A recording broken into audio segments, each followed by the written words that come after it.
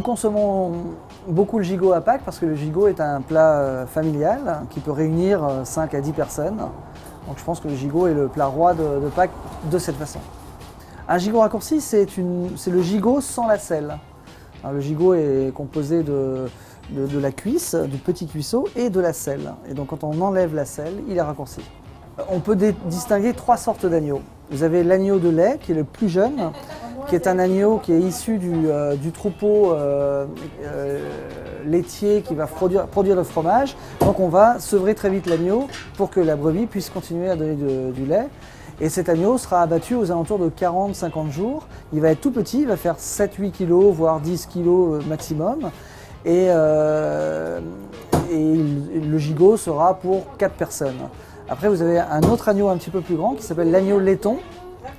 L'agneau laiton, en fait, est issu également des productions de lait pour le fromage. Il va faire un agneau qui fera environ de 20 kg, aux environs de 20 kg, dont un gigot qui pourra nourrir 6 à 8 personnes. C'est l'agneau le plus courant en France. Il y en a toute l'année, à qualité égale. Alors que l'agneau de lait se limite à une saison très particulière, hein, c'est de décembre à Pâques, ça s'arrête à Pâques en fait.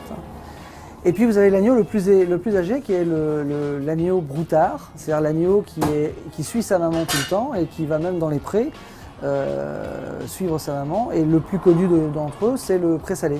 Alors l'agneau de présalé par contre n'est pas du tout un agneau de Pâques. L'agneau de présalé est la saison idéale, commence au milieu du mois de juin et se termine en septembre. C'est une saison très très courte.